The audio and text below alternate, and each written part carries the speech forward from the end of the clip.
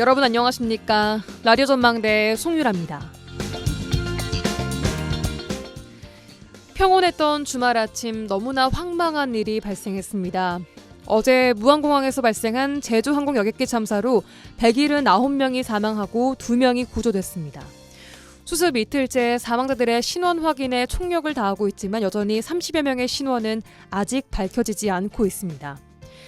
연말을 맞아 이런저런 좋은 일들로 여행을 떠나보냈던 유가족들의 심정, 어떤 말로 표현할 수 있을까요? 최대한 세심하게 그리고 조심스럽게 예우를 갖춰야 할 겁니다. 수습당국은 합동분향소를 무안스포츠센터와 광주 5.18 광장 등지로 분산해서 운영하고 있지만 유가족들의 의견은 무안공항을 떠날 수 없다입니다. 분향소를 설치해달라는 것이 의견인데요. 마땅히 반영돼야 할 거고요.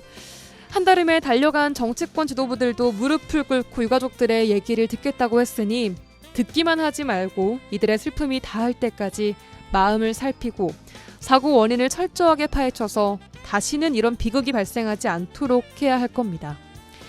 해외 각 정상들도 이번 참사에 애도를 보내고 있습니다. 충격적인 연말과 연시를 보내고 있는 국민께도 위로를 전합니다. 오늘 라디오 전망대가 준비한 소식입니다. 참사 내용 최양지 기자에게 들어보고요.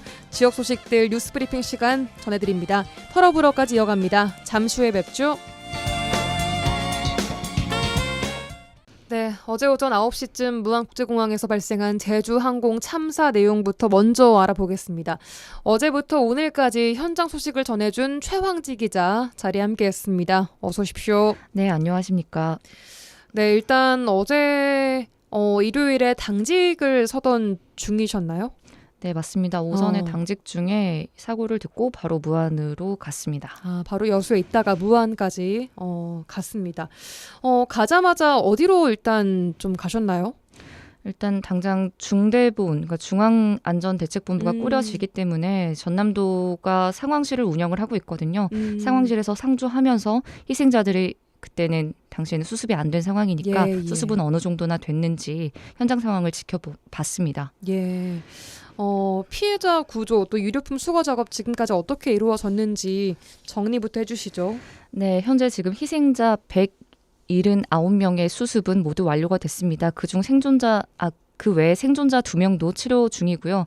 하지만 이 179명의 시신은 수습이 됐다고 하더라도 아직 30여 명의 신원 확인과 인계 절차는 계속해서 진행 중입니다. 예. 사고 현장에도 계속해서 경찰과 군인, 소방 관계자들이 희생자들의 유류품을 계속 수거하고 있는데 사고 당시 충격으로 인해서 잔해 보존이 조금 쉽지 않아서요. 유류품 수거에도 어려움을 겪고 있습니다. 네, 지금까지 140여 명의 지금 신원이 확인된 것 같은데 신원 확인에 어려움을 겪었다는 보도가 또 있더라고요. 네, 신원 확인이 안 될 정도로 훼손이 심각한 좀 사고였기 때문에 그런데요. 먼저 일단 그 현장에서 시신을 수습을 하게 되면은 소방청은 현장에 있는 임시 영안소로 시신을 보냅니다. 여기에서 이제 여러 방법으로 신원 확인이 된다고 하면 현장에 있는 경납고로 또 이송이 됩니다. 이 과정에서 국과수의 신원 확인 협조가 이루어지는데 아무래도 국과수다 보니까 좀 정밀 검진에 시간이 소요돼서 현장에서 유가족들이 많은 불만도 터뜨렸었습니다. 그 현장이라고 하면 지금 무안공항을 말씀하시는 건가요? 네, 맞습니다. 그러면 유가족이 또 이제 신원 확인을 직접 해야 하잖아요. 그 과정은 또 어떻게 되는 거죠? 네, 신원 확인이 안 될 정도로 훼손이 심각하다고 하면 DNA 채취가 이뤄집니다. 그렇기 때문에 신원 확인이 안 된 유가족들을 대상으로 DNA를 채취를 했습니다. 이 신원 확인이 된 시신은 유가족에게 인도가 되고요. 네, 신원 확인이 되면 유가족들을 아까 말했듯 경납고로 모셔와서 시신과 대면하게 합니다. 알겠습니다. 컨트롤 타워 역할을 지금 중대본이 하고 있는데 어제와 오늘까지 중대본에서는 어떤 논의들이 좀 있었습니까? 네, 어제 중앙재난대책본부 주관하에 전남도청에서도 회의가 3차례 그리고 오늘 아침 8시까지 총 4차례 회의를 했었습니다. 중대본이라고 하면 각 관련 기관들이 모여서 현장 상황을 논의하고 대책을 논의하는 건데 일단 먼저 해관부는 합동분향소 운영 계획을 오늘 아침에 발표를 했고요. 오늘 또 설치를 했습니다. 그리고 특별 재난 지역이 선포가 되고 국가 애도 기간을 정하는 것도 다 이 중대본에서 나온 내용이거든요. 예. 하지만 유가족 지원이 가장 중요하잖아요. 재난 피해자들을 지원하는 통합지원센터는 국토부가 설치를 하기로 했고 또 뭐 유가족 지원이라든지 사고 수습 그리고 법률과 보험 지원 이런 내용도 여기 중대본에서 나옵니다. 또 이 외에도 사고 원인을 담당하는 국토부도 지금 바쁘고요. 수색 구조 상황을 맡고 있는 소방청 또 네, 아무래도 지금 현재 유류품 수거에 굉장히 바쁜 시간을 보내고 있고 그리고 오늘 오전에 한 차례 진행된 거 말고는 추가적인 중대본 회의가 지금 없는 상황이거든요. 그래요. 네, 그래서 아무래도 현장 상황이 지금 수습이 더딘 것을 좀 짐작하게 하는 대목입니다. 중대본에서도 피해자 구조에 역점을 뒀던 어제랑 또 구조가 지금 다 끝난 이후 오늘의 논의 상황이 좀 달라질 것 같은데 어떤 부분이 가장 크게 좀 달라졌나요? 아까 말씀하신 유가족 부분도 있을 거고요. 네, 맞습니다. 가장 중요한 건 유가족 지원입니다. 어제까지는 희생자들을 수습을 하고 그리고 신원 확인 절차가 주요했다면 오늘부터는 유가족 지원에 초점이 맞춰져 있습니다. 오늘 오전에 김영록 전남도지사도 브리핑 열어서 전 자원을 동원해서 유가족 지원을 하겠다고 밝혔습니다. 예. 그리고 현재 전남도 희생자가 75명 그리고 광주시에선 81명이란 말이에요. 광주시에서도 많은 지역민들이 안타까운 사고를 당한 만큼 사고 수습을 위해 공무원들을 1대1로 매칭해서 계속해서 잘 챙기겠다고 광주시도 밝혔습니다. 이외에도 유가족들의 장례 절차가 굉장히 길어질 수 있다는 추측이 지금 나오고 있어요. 근데 이분들이 지금 무안공항에서 계속 이제 숙식을 해결을 하고 있는데 이 식사와 음료 그리고 잠잘 곳도 지자체가 지원을 하겠다. 여기에는 뭐 지역민들의 기부도 이어지고 있고요. 예. 네, 정말 남일 같지 않은 사고에 지역민들의 연대하는 분위기가 감지가 됩니다. 그러게요. 합동 분향소 설치 상황을 조금 더 자세하게 설명해 주시죠. 네, 저도 오늘 오전까지 합동 분향소에 있다가 왔습니다.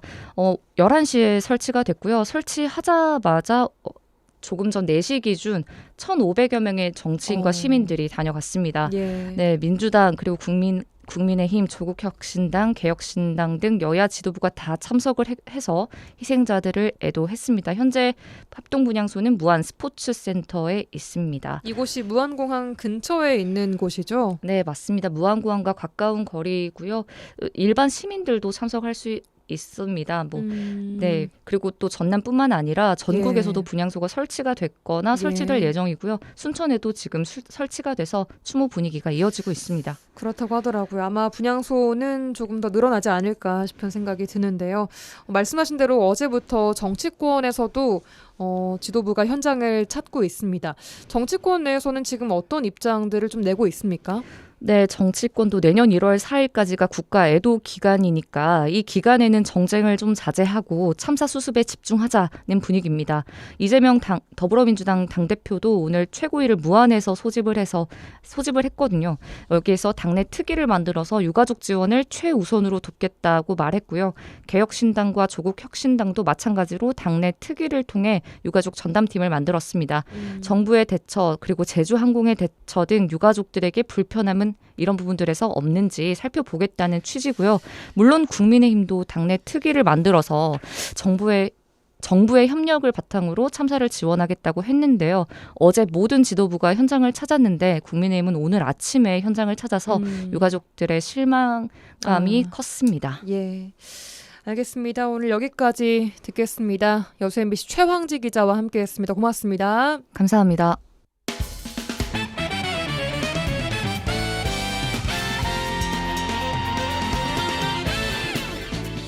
네, 지역 소식들 뉴스브리핑 통해 알아보겠습니다. GBS 뉴스 차범준 편집국장과 함께합니다. 나와 계신가요? 네, 안녕하세요. 네, 이어서 제주항공 여객기 참사 관련 소식 들어보겠습니다. 앞서 전달해드린 대로 어제 제주항공 여객기 참사로 인해서 항공기에 탑승한 전남 지역 주민들의 인명피해가 컸던 것으로 집계되고 있습니다. 연말을 맞아 해외여행 다녀오신 분들도 많이 계셨던 것으로 알려지고 있는데 사고로 인한 인명피해 상황 다시 한번 정리해 주시죠. 네, 어제 오전 9시 3분에 발생한 이 무안공항의 제주항공 여객기 추락사고로 인해 광주 전남 지역 탑승객들의 피해가 가장 큰 것으로 집계되고 있습니다. 예. 어제 사고로 탑승객 181명 중 생존자 2명을 제외한 탑승객 179명 전원이 사망했는데요. 태국인 2명을 제외한 173명이 한국인으로 확인되었고 사망 승객 중 광주광역시와 전남 지역에 거주 중인 승객들은 모두 157명으로 잠정 집계되고 있습니다. 예. 사망자 중 광주광역시 거주자는 81명, 태국인을 포함한 전남 도민은 남성이 37명에 여성의 39명으로 총 76명으로 파악되고 있습니다. 예. 탑승객들은 농한기를 맞아 해외여행을 다녀오던 농민들이나 또 공무원, 수능시험을 끝내고 가족여행을 다녀오던 사람들도 포함된 것으로 알려지고 있습니다. 예. 이번 추락사고로 운명을 달리한 이 탑승객들의 안타까운 사연도 계속 나오고 있는데 이 팔순잔치 여행을 떠난 일가족 9명과 화순군청 공무원, 전남교육청 사무관 등도 사망자에 포함된 것으로 알려지고 있습니다. 예. 어제 항공기 추락사고가 발생하자 김영록 전남지사가 애도 입장을 내고 재해대책본부를 가동해 사고 수습에 나서고 있고 순천시를 포함한 전남 지역 일선 지자체와 민간단체들도 새해 해맞이 행사를 취소하고 애도 입장을 표명했습니다. 네, 전남 동부권 지역 주민들도 상당수 항공기에 탑승을 해 있던 것으로 알려지고 있는데 해당 항공기에는 지금까지 확인된 바로 순천 지역 주민 8명, 여수 4명, 광양시 1명 정도의 주민이 탑승한 것으로 확인되고 있어요. 네, 그렇습니다. 앞서 이번 항공기 추락사고로 사망자 중 대다수가 이 광주 전남 지역 탑승객들로 확인됐다는 소식 전해드렸는데요. 예. 전남 동부권 지역인 여수와 순천, 광양, 구례군 주민 상당수도 탑승객 명단에 포함된 것으로 확인됐습니다. 먼저 순천 지역에서는 순천시 별량면에 거주하는 70대 노부부 등 8명이 태국 방콕 여행을 다녀오기 위해 해당 비행기에 탑승했다가 사고를 당했고 여수에서도 형제와 부부 등 총 4명이 비행기에 탑승했고 광양에서는 고교생 1명, 구례군에서는 주민 1명이 사망자 명단에 포함된 것으로 알려지고 있습니다. 예. 순천 지역에 거주하고 있는 탑승객 8명은 앞서 언급한 별량면 원산마을 이장 부부를 포함해 삼산동과 덕영동, 도사동에 근무하는 부부 등이 해외여행을 위해 해당 항공기에 탑승한 것으로 알려지고 있습니다. 네. 탑승객이 확인된 지자체에서는 이 대책본부를 가동해 유족들에 대한 지원에 나서고 있는데 이 전남 동부권 지역에서 사망자가 가장 많은 순천시의 경우 어제 저녁부터 시청 앞에 합동 분향소를 설치했고 예. 오늘 아침부터 분향소를 운영하고 있는데 이 시간 현재 시민들의 분향이 이어지고 있습니다. 예. 순천시는 오는 1월 4일까지 오전 9시부터 저녁 9시까지 분향소를 운영할 계획인데 순천시는 어제 사고 이후 시청 5급 사무관을 유가족들에게 각각 1명씩 배정해 1대1 대면 지원 활동을 하고 있고 현재 무안공항에 시 보건소 과장과 팀장 등 인원을 파견해 유족들에 대한 각종 지원 활동을 하고 있다고 밝혔습니다. 네. 순천시는 사망자들의 신원 파악에 다소 시간이 걸릴 것으로 보고 유가족들에게 차량 지원 등 최대한의 지원을 아끼지 않겠다는 입장입니다. 네, 다시 한번 애도의 마음을 전하겠습니다. 다음 소식 듣겠습니다. 지난주 국회에서 민주당 주도로 한덕수 대통령 권한대행의 탄핵이 의결됐습니다. 그 과정에서 순천이 지역구인 김문수 국회의원이 개인 일정으로 미국을 방문하면서 표결에 불참했는데요. 김 의원의 표결 불참에 대해서 민주당이 당 차원의 징계를 추진하고 있고 지역구 주민들로부터도 비난이 높아지고 있는 가운데 김문수 의원은 당직 사퇴와 함께 사과 입장을 곧바로 냈습니다. 네, 12월 21일 개인 일정을 이유로 미국을 방문하면서 27일 오후 국회에서 진행된 한덕수 권한대행 탄핵 표결에 민주당 의원 또 범야권 의원들 중 유일하게 이 표결에 불참한 순천이 지역구인 민주당 김문수 국회의원에 대한 비난 여론이 지역구 주민들은 물론 전국적으로 번지고 있습니다. 네. 미국 방문이 확인되면서 이 당에서 징계를 추진하고 있고 또 전국 언론의 주목을 받은 김문수 의원은 자신에 대한 비난 여론이 높아지자 SNS를 통해 민주당 당직 사퇴와 사과 입장을 공식적으로 냈습니다. 예. 김문수 의원은 한덕수 총리에 대한 탄핵이 의결된 27일 저녁 페이스북을 통해 민주당의 당직 사퇴의 입장을 담은 사죄글을 올렸지만 시민들은 탄핵 시국에 미국으로 건너간 김문수 의원을 비난하는 답글을 올리며 김 의원에 대한 비난을 멈추지 않고 있습니다. 예. 27일 밤 김문수 의원은 자신의 페이스북을 통해 윤석열 정권의 내랑 폭동과 국헌문란이라는 헌정사의 중대한 위기 속에서 국민을 대표해야 될 국회의원으로서 탄핵 소추안 포결에 참여하지 못한 점에 대해 뼛속 깊이 잘못을 뉘우치고 반성한다라며 당직을 사퇴하겠다는 내용을 담은 사과의 글을 올린 바 있습니다. 예. 하지만 김문수 의원의 사과문 발표에도 불구하고 해당 입장문 댓글에는 이 김문수 의원의 사과의 글에 미국행에 대한 구체적인 사유가 적혀 있지 않다며 사과의 진정성이 결여돼 있다는 비난 댓글 수백 개가 줄을 잇고 있습니다. 네, 이런 와중에 어제 사고 이후에 민주당 순천지역위원회에서 윤석열 파면 촉구 탄원과 또 이재명 대표 무죄 판결 촉구 집회 홍보 활동을 전개하면서 또다시 논란이 이어지고 있다고요? 네, 김문수 의원의 사과 입장 표명 이후 민주당 순천지역위원회가 29일 지역위원회 사무국장 명의로 당원들과 지역구 시도위원들에게 1월 1일부터 10일까지 순천시 일원에서 윤석열 파면 및 이재명 대표 무죄 판결 촉구 집회에 참여할 것을 독려하는 문자를 발송해 지역의 논란이 추가로 이어지고 있습니다. 네. 지역 일부에서는 김문수 국회의원이 지난주 탄핵 표결 불참에 대한 사과문을 게재하면서 모든 당직을 내려놓겠다고 했는데 곧바로 지역위원회 위원장으로서의 활동을 재개한 것이 아니냐 이런 비판이 나오고 있습니다. 더구나 어제 제주항공 비행기 사고로 순천 시민 8명이 사망했고 지역의 모든 행사가 취소되거나 연기되고 있는 상황에서 당대표 구명을 위한 천막 행사를 개최하는 상황을 두고 지역 일부에서 비판이 높아지고 있습니다. 네. 지역 일부에서는 사과문에서 모든 당직을 내려놓겠다고 했는데 이 사과문 발표 이틀도 지나지 않아 제주항공 사고로 인한 애도 기간이라는 부적절한 시기에 시도위원들과 당원들에게 일종의 동원령을 내린 것은 지역위원장의 역할을 계속 수행하겠다는 의도라며 비판 입장을 보이고 있습니다. 예, 김문수 의원 관련해서는 잠시 후 털어보로에서 전현직 의원들과 함께 조금 더 다뤄보겠습니다.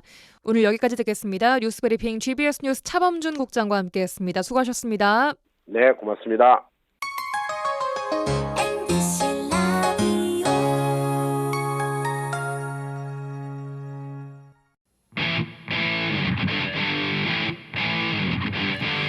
한 시간만 투자하세요. 지역의 이야기를 모아 전해드립니다. 지역 시사는 역시 여수 MBC 송유라의 라디오 전망대.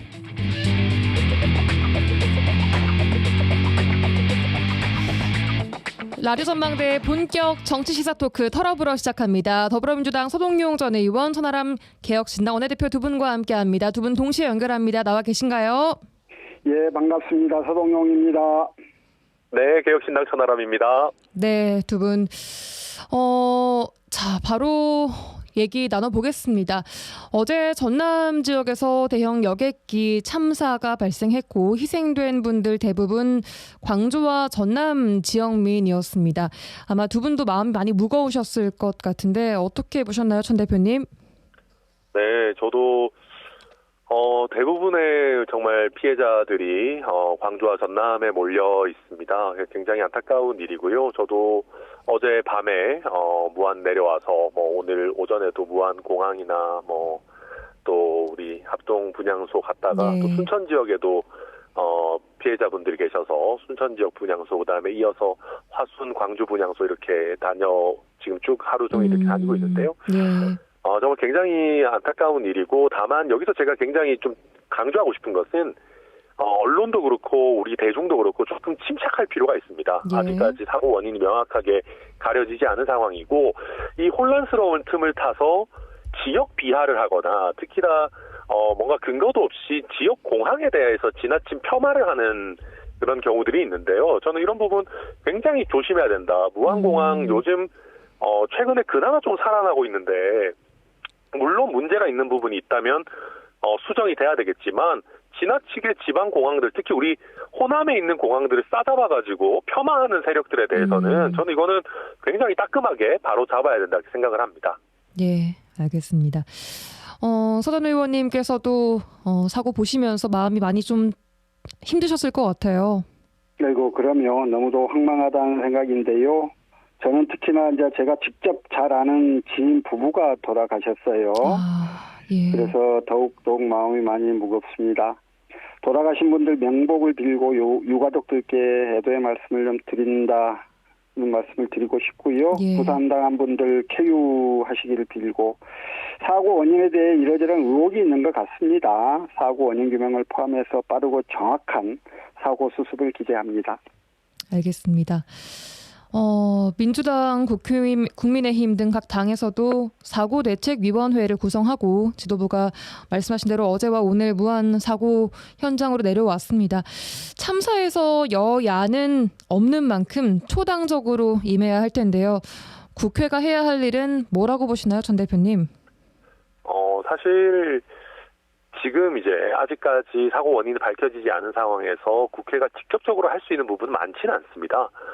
그리고 상대적으로 비행기 사고 같은 경우에는 손해배상이나 뭐 피해 보상 부분들이 상대적으로는 뭐 이론은 질 겁니다. 그러나 혹여 지금 사고 수습이라든지 또 피해 배상 이런 문제에서 조금이라도 우리 유가족분들이 불편을 겪어서는 안 되기 때문에 예. 그런 부분 섬세하게 챙기는 것들 선출직이 해야 될 당연한 역할이고요. 그리고 조금 긴 호흡으로 보면은 예. 우리 사회가 사실 효율성 또 어떤 이윤 극대화 같은 것들을 추구하면서 안전에 대한 투자 같은 부분들을 많이 놓쳐온 부분들이 있을 겁니다. 그래서 그런 부분들에 대해서 적절하게 우리 사회에 조금 더 큰 틀의 안전을 위한 합의들을 만들어가고 룰을 만들어가는 것 그런 것들을 차분하게 해야 되는 시점이고 저는 제일 경계해야 되는 것이 이 참사를 정치적으로 이용하려고 한다거나 정쟁에 동원하려고 하는 것은 정말 안 했으면 좋겠다. 꼭 그렇게 바라고 있습니다. 예. 서 의원님께서는 국회가 지금 어떤 걸 해야 한다고 보시나요? 예, 저도 천하람 대표님하고 같은 생각인데요. 사실 국회가 나서서 할 일이 그렇게 많지는 않습니다. 이제 행정부가 나서서 사고를 수습하고 유가족들과의 협상과 원활한 피해 변상이 이루어지도록 지원하고 사고 원인 규명 활동을 하게 될 텐데요. 국회는 그에 대해서 법적 제도적으로 미흡함이 있으면 적극적이고 신속하게 지원해야 할 것입니다. 예. 사실 이제 우리 정부의 저는 재난 대응 역량이 충분하다고 생각하는데요. 네. 그 대응 역량들을 잘 발휘하고 최대한 그 역량들을 좀 끌어올리는 그런 노력들이 필요할 거고, 그를 위해서 국회도 적극적으로 지원하겠다.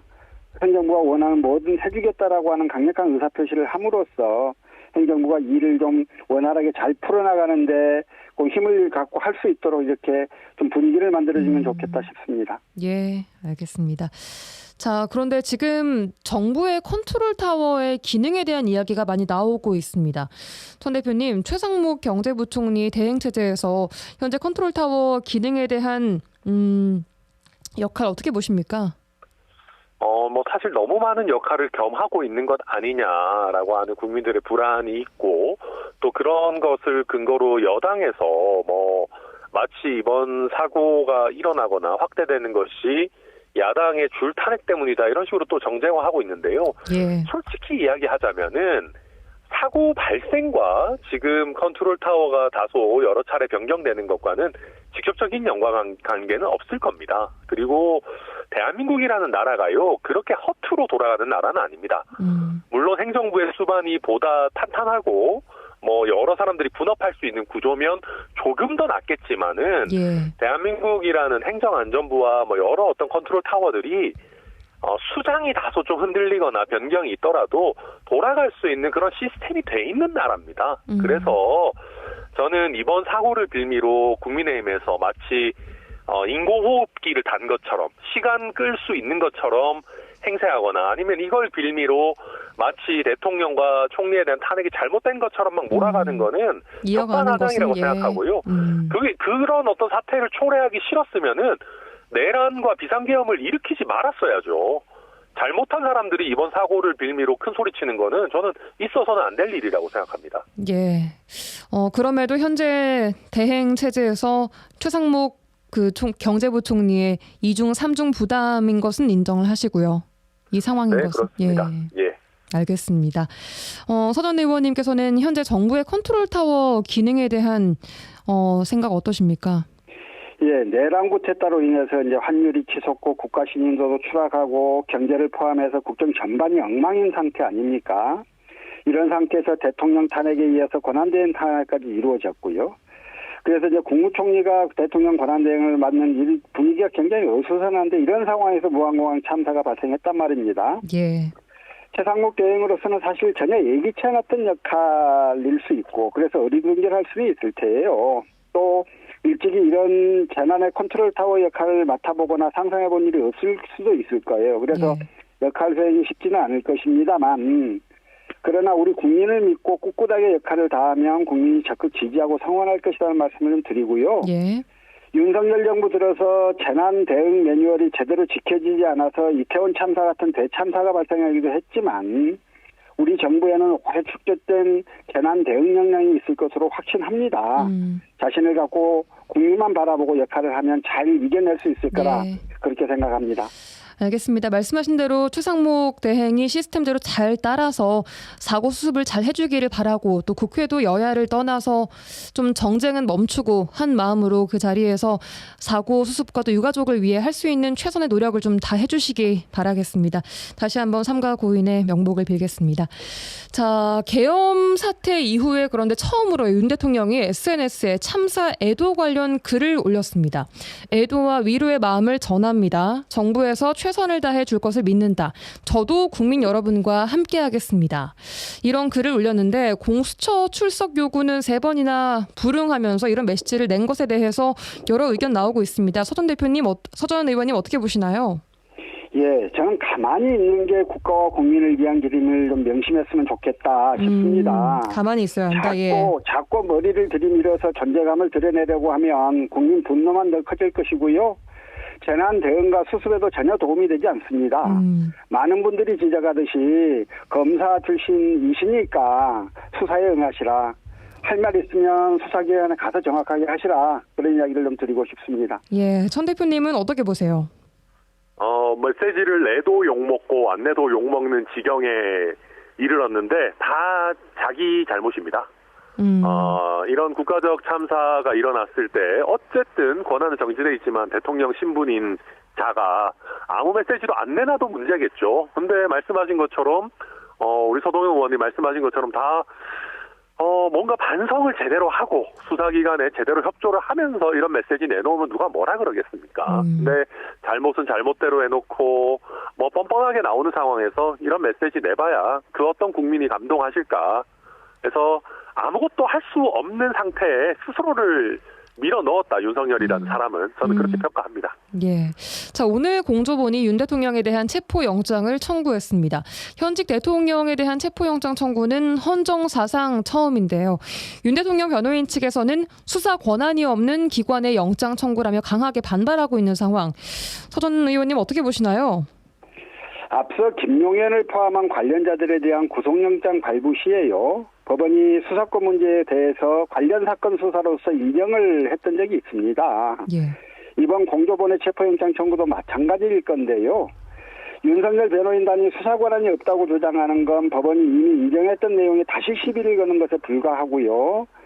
차후에 수사 결과 전부를 총체적으로 부인하기 위한 명분 축적용에 불과하다라고 생각을 합니다. 명분 쌓기 위함이다. 예. 이런 어설프고 법률가로서 경험이 오래되신 분들이 이런 법리에도 맞지 않은 어설픈 주장하지 않으셨으면 좋겠어요. 예. 천 대표님은 같은 또 법률가로서 어떻게 보시나요? 네, 법률적인 부분 우리 서동영 전 의원께서 잘 설명해 주셨고요. 그리고 현직 대통령에 대한 체포영장 청구가 헌정사 처음이다. 당연히 처음이죠. 왜냐하면 현직 대통령은 내란과 외환의 죄 외에는 기소되거나 수사받지 않습니다. 그렇죠.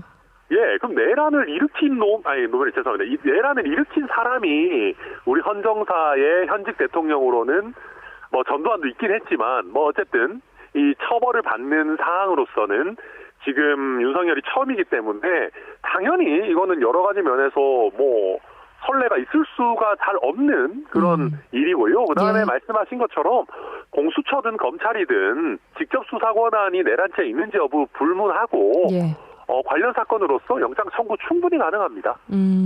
그렇다면 법원 판단이 남아있는데 법원에서 체포영장이 발부되지 않을 가능성은 거의 없다고 보시는 건가요? 저는 당연히 발부될 거라고 생각합니다. 물론 뭐 만약에 지금이라도 윤석열 쪽 변호인들이 입장을 바꿔서 수사에 적극 협조하겠다라고 하면 법원에서 한 번 정도 뭐 고민해 볼지는 모르겠지만 지금처럼 뻔뻔하게 나간다면은 저는 뭐 영장 발부될 거라고 생각합니다. 자, 그렇다면 발부되어서 집행이 되면 앞으로 어떤 단계가 남아 있습니까? 뭐 집행이랄 거는 별거 있는 게 아니고 사실은 체포영장은 말 그대로 가서 이제 신병을 확보하는 거겠죠. 체포를 결국 하고 근데 이제 경호처와의 이제 뭐 어떤 다툼 내지는 충돌이 있을까가 걱정인데 압수수색 영장 같은 경우에는 경호처의 어떤 뭐 이렇게 막을 수 있는 법적 권한들이 일부 있지만 체포에 있어가지고 경호처가 그렇게까지 할 수 있겠는가? 저는 쉽지 않을 거라고 생각합니다. 그 과정에서 뭔가 충돌이 일어날 수 있을 가능성도 있나요? 그런 일이 있어서도 안 되죠. 만약에 그렇다면은 그거는 경호처 우리 공직자들의 특수공무집행 방해 혐의가 적용되기 때문에 지금 이미 사실상 끝장난 윤석열이라는 인물을 지키기 위해서 우리 경호처의 숙련된 인력들이 범죄자가 되는 일만은 막아야 될 것이다. 그러려면은 사실은 윤석열 본인이 내가 체포영장이 특히 법원에 의해서 발부되면 거기에 응하겠다라는 정도의 최소한의 양심은 있어야 될 텐데 그게 있을지는 좀 의문입니다. 알겠습니다. 자, 이번 뭐 사태 이전에 사상 초유의 대행까지 오게 된 것은 한 총리가 헌법재판관 임명을 보류하면서입니다. 이 이야기도 안 할 수가 없겠습니다. 우선 한덕수 권한대행 국무총리에 대한 탄핵안 가결, 이것 또한 헌정사상 최초인데 이번 가결 어떻게 보셨습니까, 서 의원님? 예, 저는 대통령에 이어서 국무총리, 대통령 권한대행인 한덕수 대행까지 탄핵하는 것에 대해서 많은 사실 걱정이 있는 건 사실입니다만 한덕수 대행에 대한 탄핵은 불가피했다 이렇게 생각을 합니다. 한덕수 권한대행이 어떤 결정을 할지 가장 관심을 끌었던 문제가 내란 특검법하고 김건희 특검법의 공포 여부 그리고 현재 재판관 임명 아니었습니까? 국민의힘 권성동 원내대표가 재판관 임명은 안 된다 이런 말을 했어도 이미 황교안 권한대행 시절 이선의 재판관을 임명한 전례가 있고요. 현재도 대통령 권한대행이 국회 추천목 재판관을 임명하는 건 문제없다 이렇게 입장을 밝히지 않았습니까? 따라서 한덕수 대행이 재판관 임명을 저는 할 거라고 생각을 했고 그렇게 또 기대하는 분들도 되게 많았을 것 같은데요. 그런데 한덕수 대행은 이걸 거부하고 말았어요. 아마 오랜 관료 생활을 했던 때문인지 스스로의 결단에 의한 판단을 하지 못하고 나중에 문제가 될 것 같으니까 국회로 공을 넘겨버린 그런 모양새였는데요. 대통령 탄핵에 이어서 권한대행 탄핵까지 되는 사태가 국정의 혼란이나 국제신임도 추락 등 나라에 미치는 악영향이 매우 큰 건 사실입니다만 현재 재판관 임명은 헌정 질서의 조속한 안정화를 위해서 꼭 해야 하는 헌법적 책무라고 생각하기 때문에요. 또 그 헌법적 책무를 이행하는 것이 국민의 여망이기 때문에 이를 거부한 한덕수 대행에 대한 탄핵은 불가피했다. 저는 그렇게 생각합니다. 근데 한 총리는 여야 합의 후 임명이라는 입장에 대해서 야당의 합리적 반론 대신에 29번째 탄핵으로 답했다라고 했습니다. 민주당 포함한 범야권이 탄핵이라는 좀 강경 모드로만 대응했다라고 보는 시선 어떻게 보세요, 서 의원님? 그가 국무총리였다면요. 입장 표명에 대한 반론을 통한 논쟁도 가능했을 거예요. 그런데 직접 임명권을 가진 대통령 권한대행이 한 입장 표명 아니에요. 이걸 반론과 논쟁이 가능한 의견의 개진으로 받아들일 사람은 없어요. 지금 한덕수 대행이 자기 위에 대통령이 있는 자기가 총리인지 대통령 직무대행인지 자신이 맡은 직분에 대한 이해를 제대로 못하고 있었던 게 아닌가. 저는 뭐 그런 생각이 좀 드는 것이고요. 무엇보다도 여야 합의를 해야 오라라는 이 황당한 이유가 저는 전혀 이해가 가지 않았습니다. 국회가 192명 출석에 190명 찬성으로 결정한 걸 여야 합의 없는 결정이라고요? 그러면 몇 명이 하면 합의가 있는 결정이라는 것입니까? 그렇죠. 말이 안 되는 걸 한 거다. 저는 이 자체가 윤석열 탄핵을 좀 시간을 끌어서 지지부진하게 만들고 뭐 여기에 좀 동조하는 행위가 아닌가 뭐 그런 생각이 들어서 되게 좀 분노했고 많은 국민이 분노하고 계신다고 생각하는데요. 그러나 이제 문제는 있습니다. 문제는 고민이 야당에게도 있지요. 좀 이후로도 순서에 따라서 대통령 권한대행을 맡은 사람이 계속 현재 재판관 임명을 거부하면 어떻게 할 건가? 탄핵을 거듭해서 강경태 의원이 말하는 것처럼 내각 총수사태 수준의 탄핵을 시도할 건가? 그렇게 되면 내각이 없는 국가는 또 어떻게 운영이 될 건가? 경제, 안보와 국방에 미치는 영향을 어떻게 할 건가? 이제 이런 문제에 대한 국민의 우려가 있습니다. 그렇다면 알겠습니다. 저는 앞으로의 프로세스에 대해서 민주당 등 야당이 답을 가지고 있어야 되고 이 답을 국민들에게 좀 제시해 주셔야 한다. 지금은 아직은 그런 그 총괄적인 계획들에 대한 부분들이 좀 제시가 된 바가 없어서 국민들의 우려가 있는 것이니까요. 예. 그 부분 좀 해주시면 좋겠다라는 생각은 있습니다. 알겠습니다. 천 대표님께서는 이번 한덕수 권한대행의 탄핵안 가결 현장에 계셨습니다. 어떠셨습니까? 그 과정을 쭉 지켜보시면서. 네, 저도 당연히 아주 걱정스러운 일인 건 맞습니다. 예. 이제 특히 해외에서 봤을 때 굉장히 걱정할 수밖에 없는 일이고요. 근데 이제 저희도 어지간하면 권한대행을 탄핵하는 일은 없었기를 개혁신당 의원들도 너무나 바랬습니다. 예. 그래서 사실 저는 한덕수 권한대행이 굉장히 원망스럽습니다. 원망스러우시다고요? 처음에 양곡법을 비롯한 법안들 거부권 행사했을 때 저도 그렇고 많은 야당의 의원들도 거부권까지 행사했으니까 그럼 이거는 한다 쳐도 헌법재판관은 임명하겠지. 거기서 어떤 타협점을 찾을 수 있지 않겠냐 했는데 대통령의 적극적 권한인 거부권을 행사하면서 헌법재판관 임명을 못하겠다 이래버리니까 이거는 도저히 협의점을 찾기가 참 어려운 상황이었습니다. 그러다 보니까 조금 빠른 탄핵을 통해서 결국 남은 내각과 국무위원들에게 명확한 경고의 시그널을 줘야겠다라고 한 것인데 예. 앞으로 이런 일들이 지속되어서는 안 되는데 결국 오늘 의장님도 하셨습니다마는 최상목 권한대행에 대해서는 계속해서 야당도 저희 개혁신당 포함해서 적극적으로 만나고 설득하고 시간이 조금 걸리더라도 헌법재판관을 임명하도록 하는 그런 어떤 대화의 노력들을 조금 더 기울여야 되지 않겠나 그렇게 전망합니다. 현재 대행은 임명을 할 가능성이 그럼 있다고 열어놓고 계시는 건가요?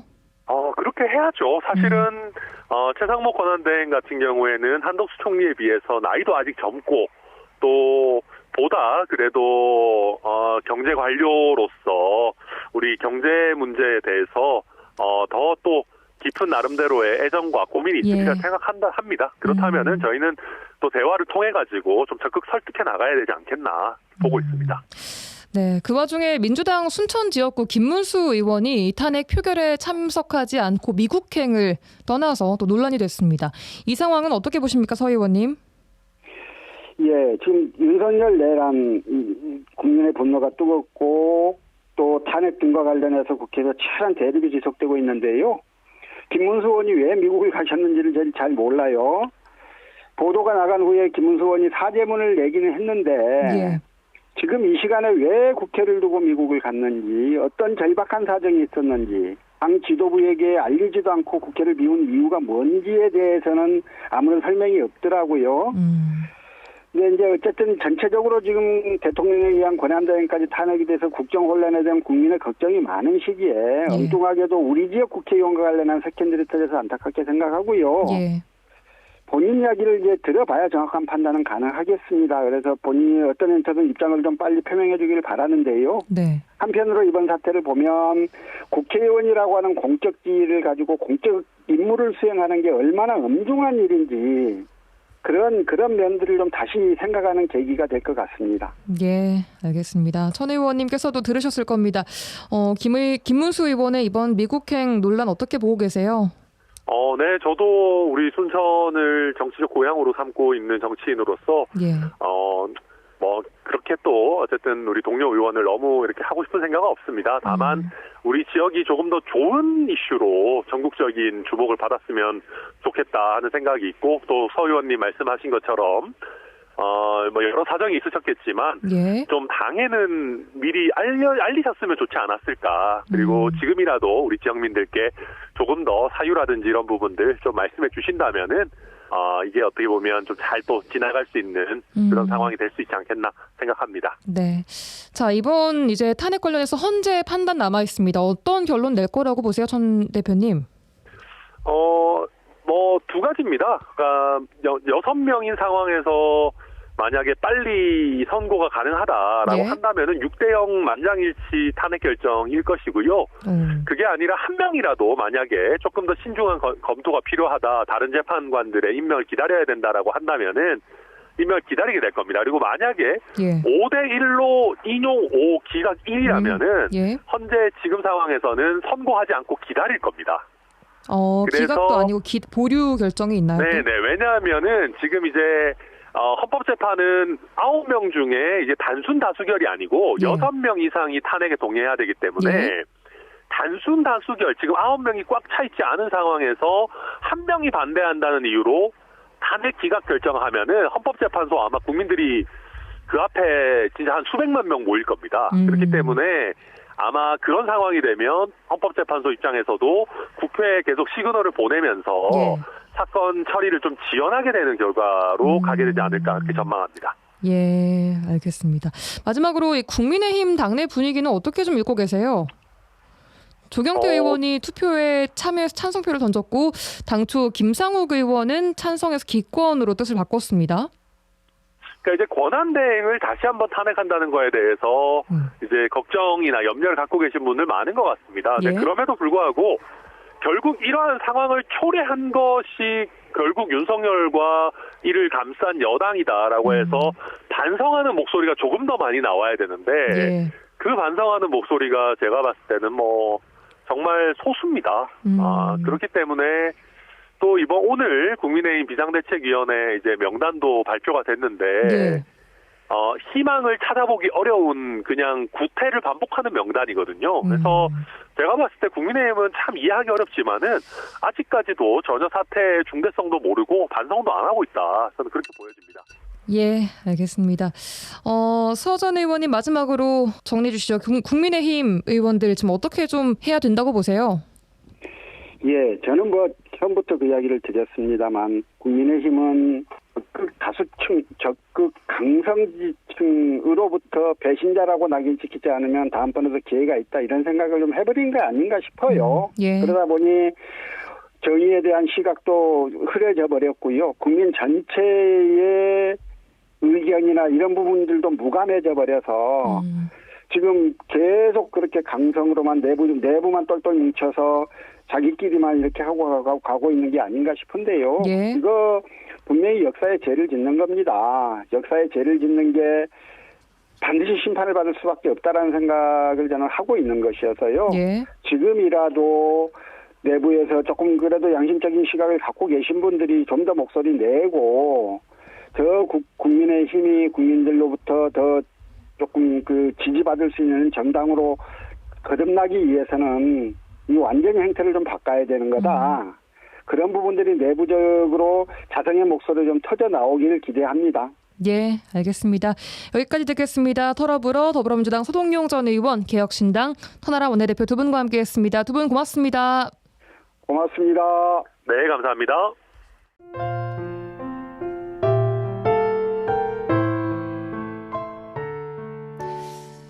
네, 12월 30일 라디오 전망 내가 준비한 내용은 여기까지입니다.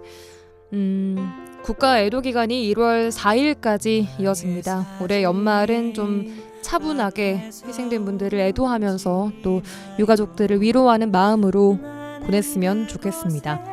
마지막 곡으로 임형주의 1000개의 바람이 되어 들으면서 인사드리죠. 구성 이선화, 연출 송유라였습니다. 고맙습니다. 제발 날 위해 울지 말아요. 나는 1000개의 바람, 1000개의 바람이 되었죠. 저 넓은 하늘 위를 자유롭게 날고 있죠.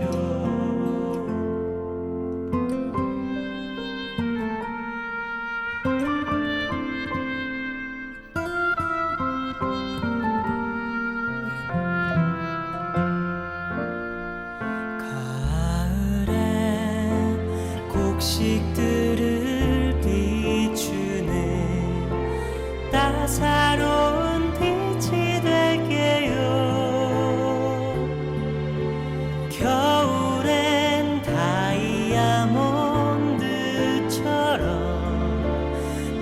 반짝이는 눈이 될게요.